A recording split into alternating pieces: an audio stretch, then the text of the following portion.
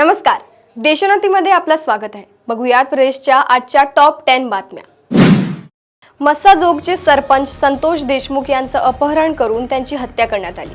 संतोष देशमुख यांच्या हत्येमुळे राज्यातील वातावरण चांगलेच तापले आहे। संतोष देशमुख यांच्या हत्या प्रकरणातील आरोपींना फाशीची शिक्षा व्हावी, संतोष देशमुख यांच्या कुटुंबाला न्याय मिळावा यासाठी राज्यभरात आक्रोश आंदोलन होत आहे।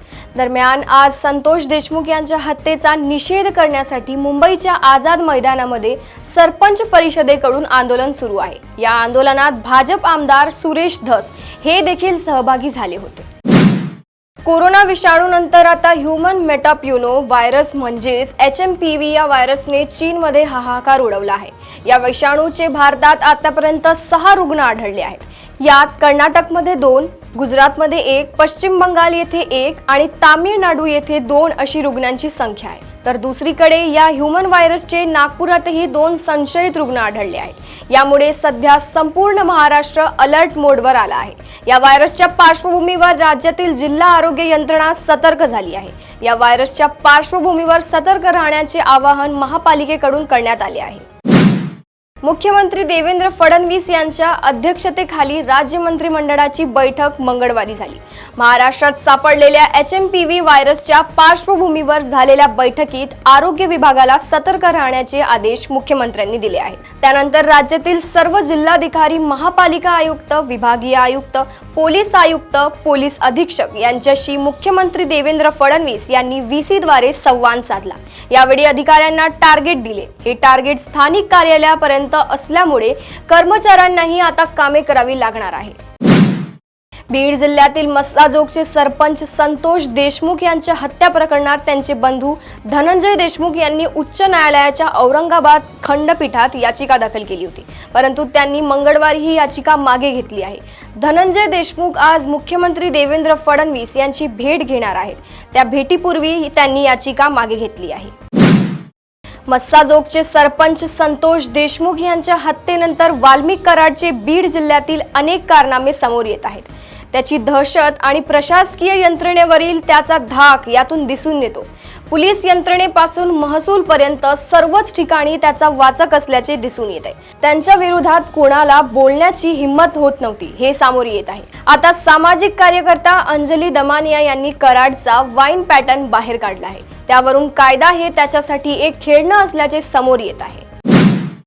बीड हत्या प्रकरणावरून राजकारण तापलं असून या प्रकरणी धनंजय मुंडेचा राजीनामा विरोधक सातत्याने मागत आहेत। या हत्या प्रकरणी भाजप आमदार सुरेश धस यांनी मंत्री धनंजय मुंडे यांच्यावर गंभीर आरोप केले आहेत। विरोधकांनी राज्यपालांकडे तक्रार करून मुंडेंच्या राजीनामाची मागणी केली आहे।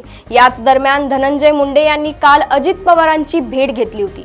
मात्र संतोष देशमुख हत्या प्रकरणात जोपर्यंत धनंजय मुंडे यांच्या विरोधात पुरावा नाही तोपर्यंत त्यांच्यावर कारवाई नाही असं अजित पवार यांचं म्हणणं असून त्यांनी एका प्रकारे धनंजय मुंडेंना अभयच दिले आहे अशी चर्चा आहे। अजित पवार हे हतबल आहेत, ते नेते नाहीत। अजित पवार हे ऍक्सिडेंटल नेते आहेत असा टोला शिवसेना ठाकरे गटाचे खासदार संजय राऊत यांनी त्यांच्यावर टीकाही केली आहे। नागपुरात लग्नाच्या वाढदिवशी पती पत्नीने गळफास घेऊन आत्महत्या केल्याची धक्कादायक माहिती समोर आली आहे। या दाम्पत्याने लग्नाच्या वाढदिवशी लग्नाचे कपडे परिधान करून व्हॉट्सअपवर स्टेटस ठेवून आत्महत्या केली। आर्थिक परिस्थितीमुळे दोघांनी आत्महत्या केल्याची माहिती आहे। परिस्थितीला कंटाळून आत्महत्या करत असल्याचं सुसाइड नोट लिहून आत्महत्या केली आहे। या दाम्पत्याने आत्महत्या करण्यापूर्वी व्हिडिओ बनवून व्हॉट्सअपवर स्टेटस ठेवला आणि त्यानंतर गळफास घेऊन आत्महत्या केली। जारील उर्फ टोनी ऑस्कर मॉनक्रीप आणि पत्नी जेनी ऑरेल मॉनक्रीप अशी आत्महत्या केलेल्या दाम्पत्याची नावे आहेत। मुंबईतील अंधेरी येथील पश्चिमेकडील एका बहुमजली इमारतीत काल रात्री 10च्या सुमारास आग लागली। इमारतीच्या 11व्या मजल्यावर लागलेल्या आगीमुळे एक 75 वर्षीय वृद्ध व्यक्ती जखमी झाला आणि त्यांचा मृत्यू झाला, तर आणखी एक इसम जखमी झाला आहे। आगीमुळे प्रचंड कल्लोळ माजला होता। फायर ब्रिगेडच्या जवळपास डझनभर गाड्या घटनास्थळी पोहोचल्या। रात्रीच्या 2च्या सुमारास आगीवर नियंत्रण मिळवून ती विझवण्यात यश आलं। या घटनेमध्ये 2 जखमी झाले होते, त्याचपैकी एकाचा रुग्णालयात उपचारादरम्यान मृत्यू झाला आहे। मुंबईतील दादर परिसरात एका मोठा आर्थिक घोटाळा झाल्याची धक्कादायक माहिती समोर आली आहे। मुंबईतील दादर परिसरातील टॉरेस कंपनीने हजारो गुंतवणूकदारांचे कोट्यवधी रुपये अडकल्याची बाब समोर आली आहे।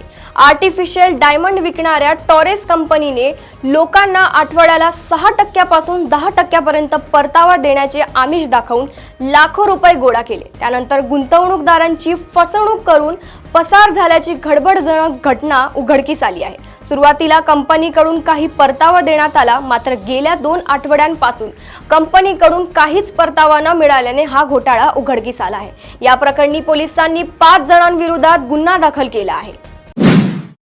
राज्यातील आगामी महानगरपालिका आणि स्थानिक स्वराज्य संस्थांच्या निवडणुकींच्या पार्श्वभूमीवर मंगळवारी मुंबईत महाराष्ट्र नवनिर्माण सेनेची म्हणजेच मनसे महत्त्वाची बैठक पार पडली आहे। या बैठकीत राज ठाकरे यांनी मनसेच्या पदाधिकाऱ्यांना विधानसभा निवडणुकीतील पराभव विसरून नव्या दमाने कामाला लागण्याचे सल्ला दिला आहे। विधानसभेत झालं ते विसरा आणि महापालिकेच्या तयारीला लागा, असे मनसे प्रमुख राज ठाकरे यांनी पदाधिकाऱ्यांना सांगितले। प्रदेशातील अशाच टॉप 10 बातम्या जाणून घेण्यासाठी बघत रहा देशोन्नती। नमस्कार। ठळक घडामोडींसाठी देशोन्नती न्यूज चॅनलला सबस्क्राईब करा आणि बेल आयकॉन प्रेस करा।